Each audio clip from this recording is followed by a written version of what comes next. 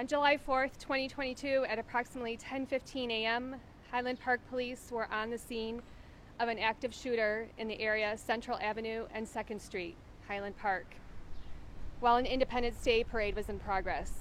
The Lake County Coroner's Office was notified and responded to the scene. It is with a heavy heart that I bring to you the names of the victims of that tragedy.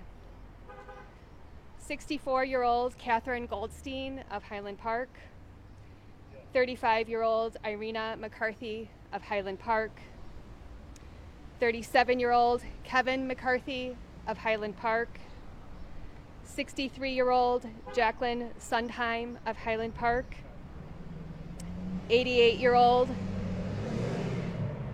Stephen Strauss of Highland Park, 78-year-old Nicholas Toledo Zaragoza of Morelos, Mexico. We have also been notified that there is a 7th victim that died at a hospital located outside of Lake County. I will now give the microphone to the Mayor of Highland Park, Mayor Nancy Rotering. The Highland Park community, like so many before us, is devastated. It is impossible to imagine the pain of this kind of tragedy until it happens in your backyard.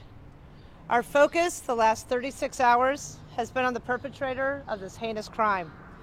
As we now put the names and faces of those lost yesterday, family, friends, guests, longtime residents of the Highland Park community, our focus shifts to the victims and those left behind.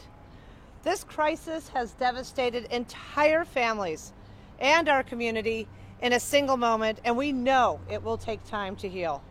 On behalf of the community and the world that mourns alongside us, I offer loved ones of those who passed our condolences. I thank those who have organized prayer vigils to help support the weight of our shared sorrow. We've listed those on our website, and while we're hurting, we know that we will continue to come together and support each other as we always do in difficult times. We are Highland Park strong.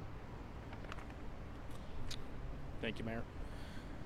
There were some questions at our last press briefing about prior contacts that law enforcement may have had with Crimo III. We've done some research, gathered some reports, and I'm going to relay some information from 2 prior instances that occurred here in Highland Park. The first was in April of 2019. An individual contacted Highland Park Police Department a week after learning of Mr. Crimo attempting suicide.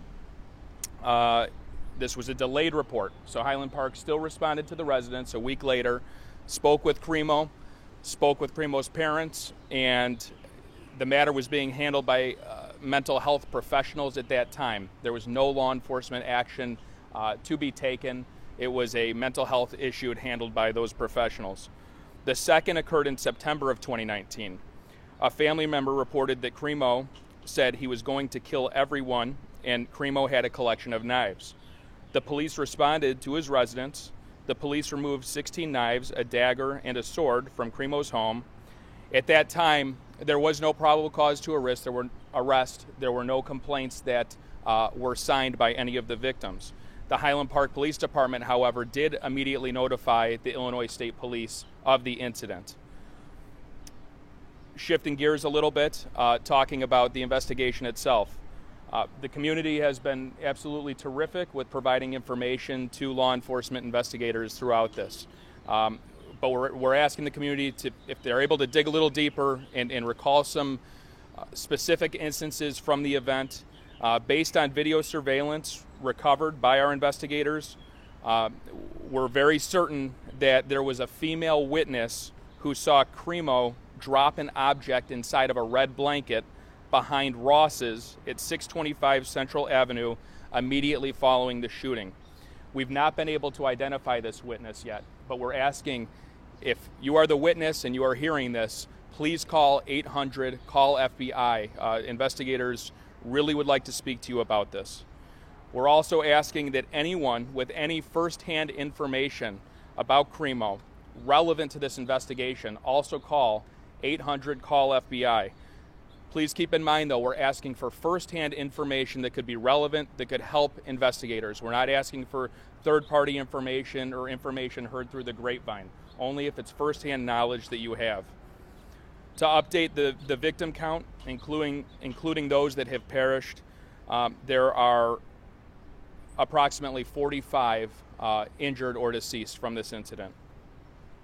At about 5:30 this evening, the State's Attorney's Office will be holding a press conference, and we anticipate an announcement of charges at that time. With that, we'll take some questions.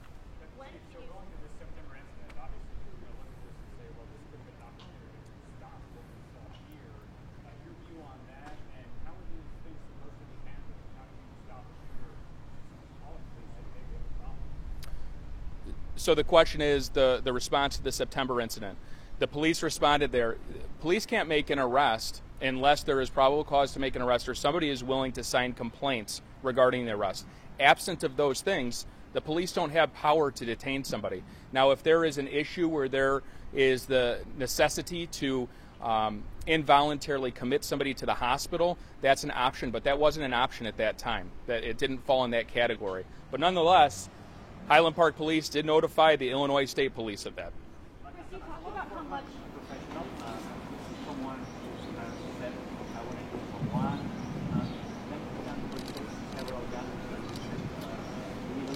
how do you do that? The threat was directed at family inside of the home. So in order to purchase a gun legally in Illinois, one has to possess a FOID card. That's a process that is solely managed through the state police, and I'm not able to speak to that process. Chris, you mentioned how much the community has been helpful in this case with videos, with sending information to you guys. So many people I've been talking to are asking, how can this be prevented in the future? Given the amount of social media posts, the sort of disturbing content that he had posted, would you recommend that community members in this community or others flag police to that kind of information? You said you weren't aware of it beforehand. Were you, if you were aware of it, could this have prevented something like this, considering the red flag laws and other laws here in the state? So the question is essentially social media. If we had known about some of the posts, would we have investigated? Do we encourage the community to report those? And the answer is absolutely. If the public sees something that is concerning online with anybody, they should notify the social media network it's posted on. They should notify local law enforcement. And that's when we get involved and we conduct an investigation. Law enforcement's going to do everything they possibly can to ensure the community is kept safe. But if we don't know about it, it's hard for us to investigate. The red flag laws in the state, would this potentially have been enough for you to confiscate weapons or take some sort of action? So in the case of September, the knives that Cremo possessed, they were confiscated and they were secured for safekeeping.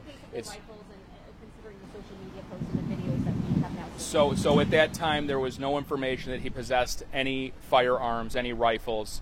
Would that be enough if he's making threats? It's a case-by-case basis. I don't want to speak broadly to the issue. It depends on the circumstances. There are circumstances where law enforcement does have that authority to obtain a seizure order, but it is situational dependent every single time. There's a report that Cremo visited a synagogue here in town during Passover. Do you know anything about that? Can you speak to that? That's nothing I know about at this time. You mentioned that the weapons, the rifles were legally purchased in this general Chicago area, but can you specifically say when they were purchased? They were purchased after that September incident. I don't have the exact dates. I believe it was in 2020 and 2021. This morning we were discussing whether we had any additional information on motivation. We said not yet. Is there any new information in that regard? Investigators have been really tirelessly working since Cremo was taken into custody, trying to determine motive. At this point, there is no definitive motive that he had. Is he talking? He has been talking to investigators. I don't have that information right now. The object that you said was dropped behind Ross, what do you know what that was? It was the rifle, and it was in a red blanket. Chris, do you have any information that he may have tried to, after the shooting, tried to check himself into a hospital, or a general hospital, like referred to in prison? No, we do not have that information. To follow up on the last September incident, you said that involuntarily committing him was not an option. Can you explain that? What are the options for officers? Based on that time, based on those circumstances, that was not an option. It did not fall in that category. What would it require? Again, it's case by case specific. Were Irina and Kevin McCarthy husband and wife, brother and sister? What's their relationship? I'd have to get back to you on that. I don't know. Chris, do you have any information? Handguns, and you talked earlier about how many were there? Were they legally purchased? Anything on that? The count, the sheer number? So he had purchased five firearms. 5 firearms, and that includes rifles and handguns as well. So the other 3 legally purchased, and they were handguns? There were a combination of which, I don't have the exact count, at least 2 rifles, some pistols, and possibly a shotgun. Those were seized at his father's home pursuant to a search warrant yesterday. What was the size of the knife collection, and did he ever get it back afterwards? I would have to do a little research Over on what that. time period were those 5 weapons purchased? Approximately a year. Is there any information about that 7th victim who passed away in age, perhaps? Not yet, but we are working on obtaining some information. What county is that victim in? Cook. If the charges are being filed, as you said, probably around 5 o'clock, does that mean there will be a rain like tomorrow morning? That would be my yes. If charges are filed today, it's very likely he'll appear in bond court tomorrow morning. Do you have more evidence now, or more explanation of what you found in the car? You said the rifle was found in the blanket. What you found in the roof? Give some more specifics. Evidence technicians are collecting a lot of shell casings, but as far as anything of evidentiary value, that's the extent. In the car, there was a rifle. I would have to check and get back to you.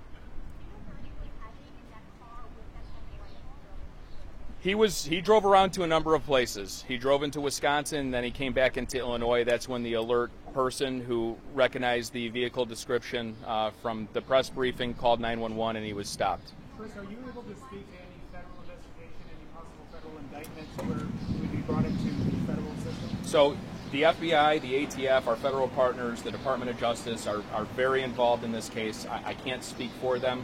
All I can say is they are on the ground here working with us in lockstep. And I can take 2 more.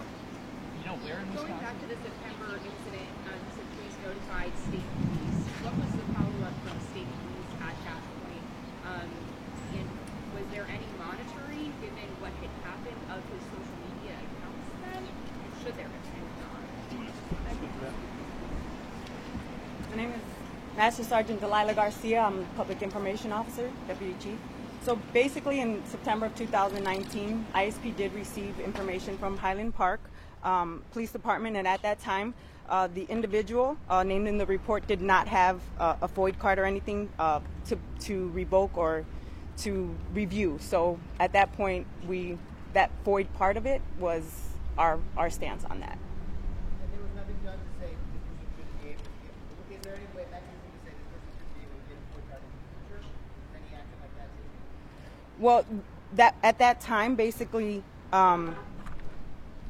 so he didn't have a pending application, so there was nothing to review at that time when we got that notification. We didn't know, and a few months later, something else would happen.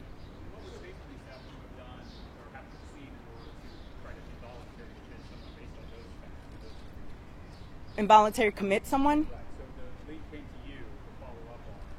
After looking at the facts, was that an option that you considered, or this person might be involuntarily committed?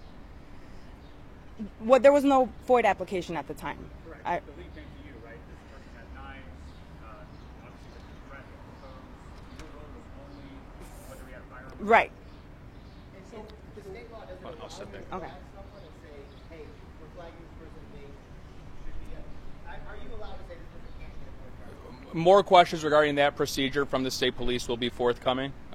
So we know there's going to be some questions directed to the state police on procedure, how FOID card applications work, when a notification comes in from local law enforcement.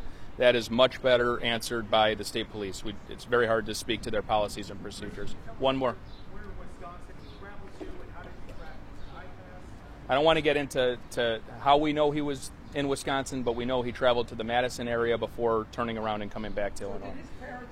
Last question. Did his parents ask, was his parents involved when the knives were taken from him? Did they report that he was threatening, and that's the reason why they came to the house with the knives? a family member reported that he was being threatening. So, in other words, the family member reports the knives being there, but then he's buying guns and nobody said nothing. I'm not quite following your question. The police responded. The police responded in September, okay, to this call. They responded. They took the knives out of the home. They filed the paperwork with the Illinois State Police. At that time, there was no function to make an arrest. There was no. Watching him buy 5 or 6 or 7 guns. I don't know if the parents